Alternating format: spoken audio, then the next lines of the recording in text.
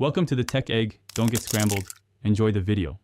You start by confirming that your device region is India and that you have a backup of important app data because changing stores can affect purchases. Once done, check payment methods and subscriptions so you can re-add or migrate them. Next, sign out of your current store account or create a new Indian store account now. Make sure to disable any VPN that forces a non-Indian location. This ensures the store recognizes your region immediately. You now sign into the App Store using your Indian account credentials. This switches storefront content and availability. While signing in, complete phone or OTP verification tied to an Indian number so the change sticks. After sign-in, add an India-based payment method or choose none if you plan to use free apps. This prevents purchase errors. Make sure to restart the store app and clear cache if content doesn't update, because cached locale data can delay the switch.